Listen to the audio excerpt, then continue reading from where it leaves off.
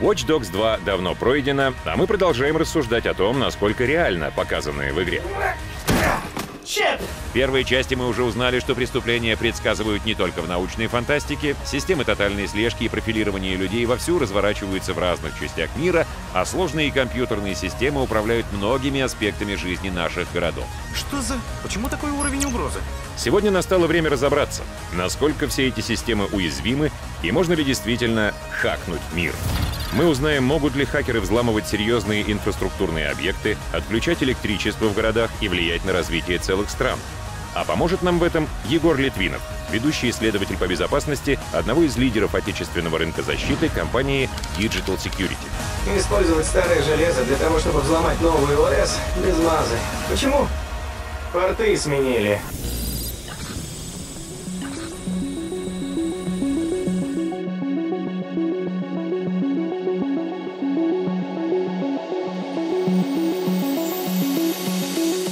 Хакеры.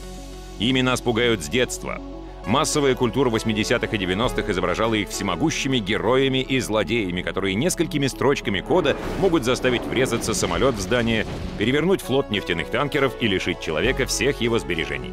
В реальности в те времена мир не настолько был зависим от компьютеров, а сами они не настолько объединены между собой и интегрированы в нашу жизнь.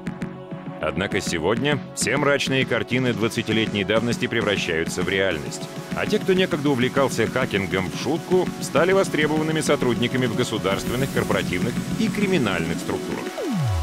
То, что сейчас пугают хакерами, изначально же хакер — это был тот человек, который ищет уязвимости в системе, чтобы их закрыть. Середина 20 века и развитие всех этих информационных технологий, изначально хакеры — это более, как сейчас можно выразиться, бравые, хорошие парни, которые несли свет и доброту, потому что они находили уязвимости и закрывали, чтобы ничего не поломать, ничего не натворить. В сегодняшний день, возможно, за счет различных фильмов, словосочетание слова «хакер» он имеет отрицательный оттенок. Под ключом всего один компьютер, рабочая нагрузка как при десятке пользователей. По-моему, это хакер.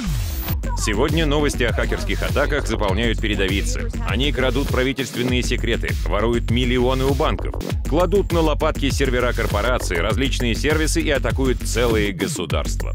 Страны стали официально создавать собственные хакерские войска. С 2010 года в США создано кибернетическое командование при штабе стратегического командования, следом аналогичные структуры появились в Китае, Южной Корее, КНДР и других странах. С 2013-го кибервойска официально существуют и в России. Появились и так называемые хактивисты — независимые группы хакеров, которые борются с тотальным контролем, властью корпораций и выступают за свободу информации. Именно за члена подобной организации мы и играем Watch Dogs 2. Маркус с помощью телефона, дрона и радиоуправляемой машинки может удаленно взламывать компьютеры, телефоны, Wi-Fi точки, просматривать изображения с камер наблюдения, прослушивать разговоры, читать личные сообщения, подкладывать ложные данные о персонажах в полицию, повышать давление в трубах и взрывать их, контролировать светофоры и даже брать под управление автомобили и отрубать от электричества целые районы города. Звучит как перегиб со стороны авторов игры, не правда ли?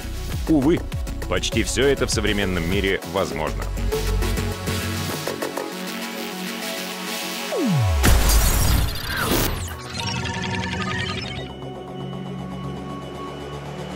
Еще в 2007 году Национальная лаборатория штата Айдахо провела так называемый тест генератора «Аврора», чтобы продемонстрировать уязвимость реальных вещей перед кибератаками. С помощью удаленной программы они ввели автоматическими выключателями дизельный генератор в противофазу с остальной сетью, что привело к взрыву и падению всей сети. Потенциально такая атака могла вызвать отключение электричества на всем побережье США. Прошло всего несколько лет, и в начале 2010 года передовицы изданий всего мира заполнила новость. Иранская ядерная программа отложена на неопределенный срок. Причина — червь Stuxnet, который поразил 1368 из 5000 центрифуг на заводе по обогащению урана в Натанзе, которые буквально разлетелись вдребезги, и в итоге сорвал сроки запуска ядерной АЭС в Бушере. Червь к тому моменту уже заразил тысячи компьютеров по всему миру и был известен антивирусным компаниям. Они предполагали, что он создан для контроля автоматизированных систем производства, но истинная цель оставалась неясна до удара. Впервые вирус обнаружил Сергей Уласень из белорусской компании «Вирус Блок Ада». По мнению Symantec и лаборатории Касперского, червь был написан профессиональной командой и использовал уязвимости нулевого дня. Так называют дыры в системе, которые присутствуют в ней с самого начала и не были обнаружены. Есть мнение, что Stuxnet — совместная операция США и Израиля. Так или иначе, это первый в истории громкий акт кибертерроризма с колоссальным ущербом. Любопытно, что в неподключенную к интернету сеть он проник благодаря нерадивому сотруднику компании Siemens, который, сам того не ведая, принес на работу зараженную трояном флешку. И именно для атаки продукции Siemens был разработан червь, в частности, программируемого логического контроллера Simatic S7. И, наверное, это ответ на вопрос, можно ли с помощью телефона брать под управление серьезные инфраструктурные системы, как это происходит в Watch Dogs 2. Если затрагивать всем известный Stuxnet и отбрасывать большое количество споров, кто был инициатором и как это все шло, в целом можно сказать, что это была достаточно большая, хорошо продуманная, эшелонированная атака. Почему эшелонированная? То есть это было не за один день, да, там заражение пошло с флешки, соответственно, флешку надо было пронести, флешку надо было там воткнуть в компьютер. Не факт, что первый раз воткнув в компьютер, произошло заражение. Мог там спасти антивирус, могло что-то не сработать. Поэтому в целом, если говорить про вот эту кибератаку, она шла на протяжении нескольких лет. Цена вопроса тоже, можно сказать, так долго неинтересно, но иранская ядерная программа, она была значительно остановлена в результате этой кибератаки. Получается, даже такая долгая атака по времени, она может представлять различный экономический или политический интерес для определенной группы лиц или для определенных государств. PLC или PLK, программируемые логические контроллеры, это электронная составляющая устройства для управления автоматизированными технологическими процессами. Они работают в системах реального времени, управляют станками, кранами, насосами, вентилями в газопроводах и многими другими элементами. Даже в простой лебедке, в вашем любимом вейк-парке, стоит PLC. Протоколы многих контроллеров создавались еще тогда, когда о хакерах никто не думал, и слабо защищены, или не защищены вовсе. Чтобы взять под управление такой контроллер, достаточно просканировать поток данных специальным отладочным устройством, разобраться в пакетах и внедриться в систему. Чтобы управлять той же лебедкой с телефона, придется написать отдельную программу и прицепить к шине PLC дангл с Bluetooth, который будет принимать пакеты и отправлять их на шину. Есть и другой способ. Многие промышленные устройства снабжены радиопультами, которые вообще никак не защищены. И прикинувшись таким пультом, можно ими управлять. В общем, хакнуть подъемник или кран, как это показано в Watch Dogs 2, вполне реально. И в дивном новом мире возможностей у злоумышленников становится только больше.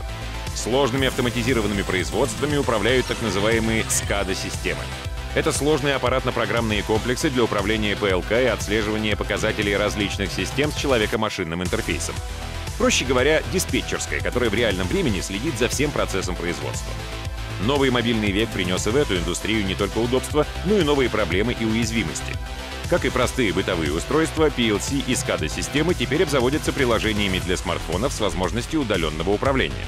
Внедрившись в систему, можно передавать неверные сведения от контроллеров и заставить тем самым систему среагировать на несуществующую проблему, что повлечет катастрофические последствия.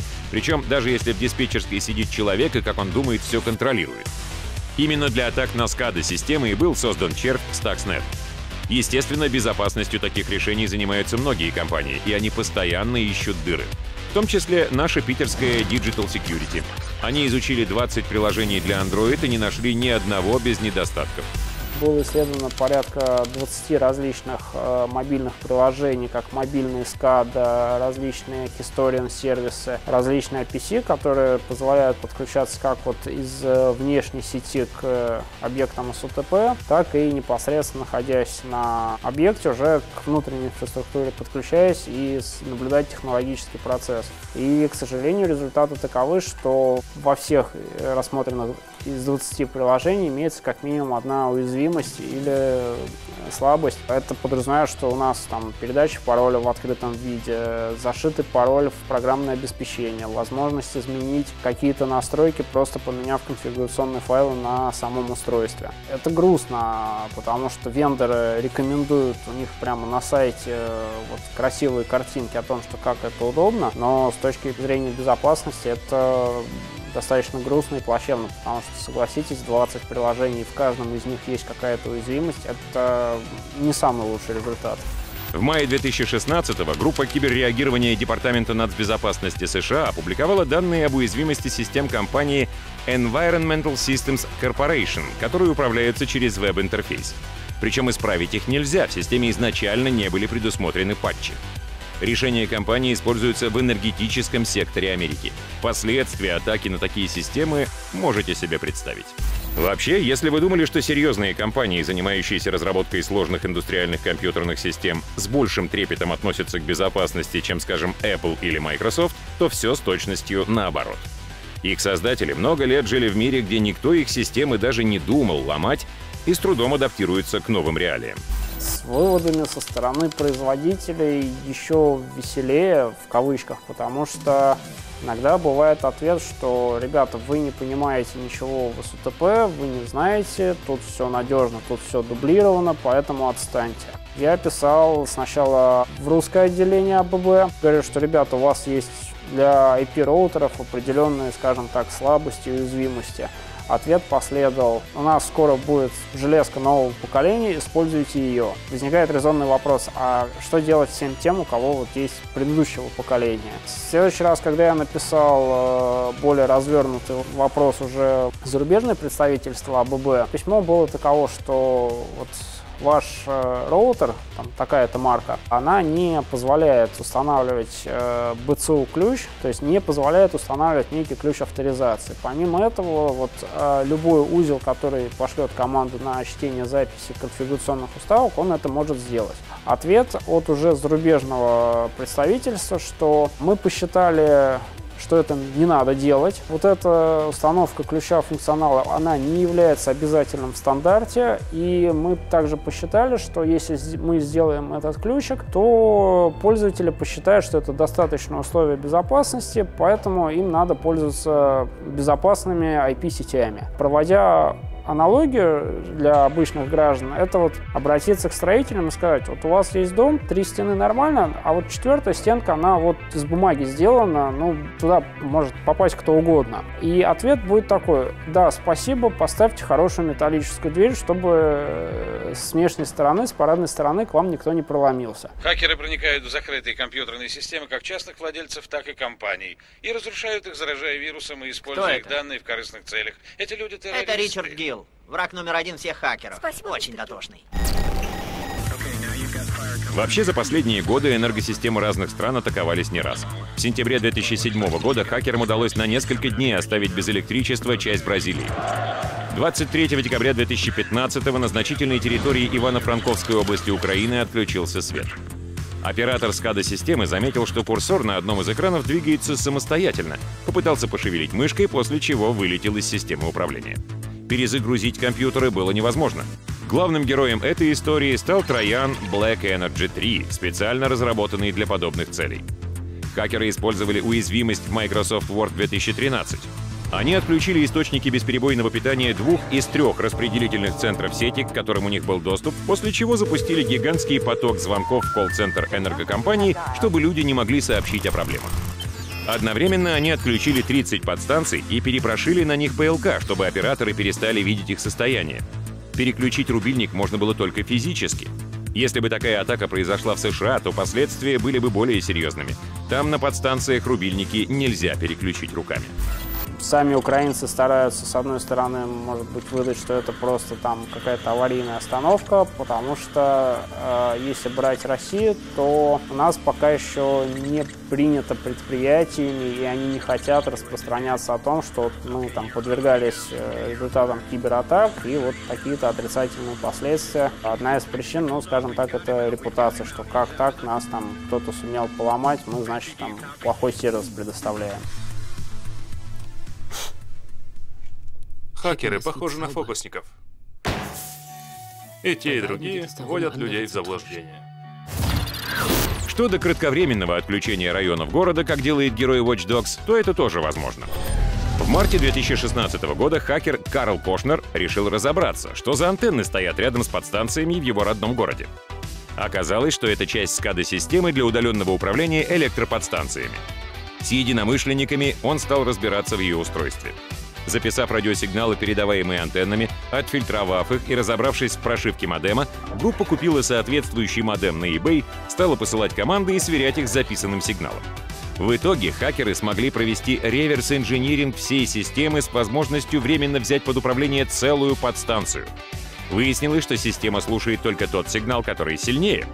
В общем, еще один фирменный момент из Watch Dogs 2 полностью реален, даже без допущения, что SCADA-системами управляет CTOS. Естественно, не только электростанции уязвимы перед хакерскими атаками. Другие фирменные моменты из Watch Dogs 2 — возможность управлять движением поездов, контролировать светофоры. Насколько это реально? Оставайтесь с нами и узнаете все подробности. Если вы хотите, чтобы мы продолжали наш экскурс в мир реального хакинга, ставьте лайки, пишите в комментариях, что думаете, и поддерживайте проект. А сегодня на этом все. До встречи в новых историях. Крепкого вам сна в новом дивном мире, где всем управляют компьютеры.